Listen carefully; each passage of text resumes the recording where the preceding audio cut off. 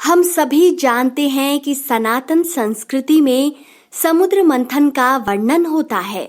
ऐसा कहा जाता है कि समुद्र मंथन में से जो 14 रत्न निकले थे, उनमें से एक प्रमुख रत्न था शंख। शंख को समुद्र तनय भी कहा जाता है, इसीलिए शंख को माता लक्ष्मी का भाई भी माना जाता है। विद्वानों के अनुसार शंख में स्वयं भगवान श्री हरि नारायण विराजमान है। आज हम आपको इस कार्यक्रम में बताएंगे शंख की उत्पत्ति कैसे हुई थी और शंख की क्या महिमा है। श्रीमद् भागवत के अनुसार गोलोक में भगवान श्री कृष्ण का पार्षद श्री दामा गोप था। श्री दामा की किसी बात पर क्रोधित होकर श्री राधा ने उसे शाप दे दिया कि तुम असुर योनि को प्राप्त हो जाओ और गोलोक से बाहर चले जाओ।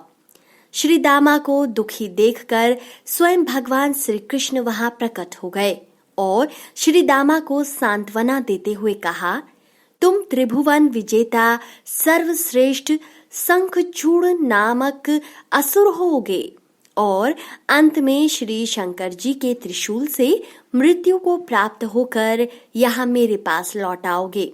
शंखचूड़ ने वृंदा से गांधर्व विवाह किया। उसने स्वर्ग को जीतकर देवताओं को वहां से निकाल दिया।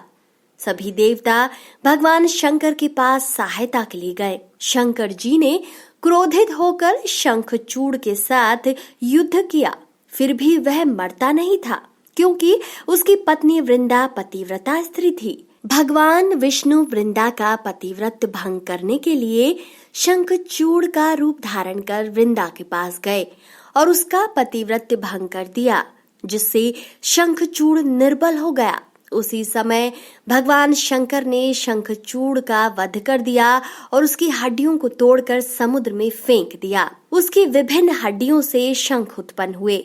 भगवान शिव ने शंखचूड़ का वध किया था, इसलिए शिव पूजन व अभिषेक में शंख का प्रयोग नहीं किया जाता है। घर में शंख रखने के फायदे। ऐसा कहा जाता है कि जिस घर में शंख होता है, वहां पर भगवान श्री हरि अपनी पत्नी लक्ष्मी के साथ हमेशा निवास करते हैं। भगवान के पूजन में शंख के जल को मूर्ति के चारों ओर घुमाकर भक्तों पर छिड़का जाता है, तो भक्तों के मन में भगवान के प्रति प्रेम उत्पन्न होता है। इस जल को शंखोदक कहा जाता है। ऐसा भी कहा जाता है कि शंख का जल ब्रह्म हत्या जैसे महापापों को धो डालता है, इसलिए शंखोदक की भी उतनी ही महिमा है जितनी कि भगवान के चरणामृत, पंचामृत, चढ़ी हुई तुलसी व प्रसाद की होती है। शंख में अन्य देवताओं का भी निवास माना गया है। यह कहा गया है कि शंख के मूल भाग में चंद्रमा, कुक्षी में वरुण देव, पृष्ठ भाग में प्रजापति तथा अग्रभाग में गंगा और सरस्वती निवास करती है। वाराह पुराण के अनुसार प्रातःकाल मंदिर का द्वार खोलने से पहले और रात्रि में शयन कराने से पहले 3-3 बार शंख ध्वनि करनी चाहिए। ऐसा करने से पुजारी साधक के ऊपर देवी देवता की प्रसन्नता रहती है और देव मूर्ति में चैतन्यता बढ़ती है। तो दोस्तों, कैसा लगा आपको ये वीडियो? अगर आपको वीडियो पसंद आया है तो इसे अधिक से अधिक शेयर करिए।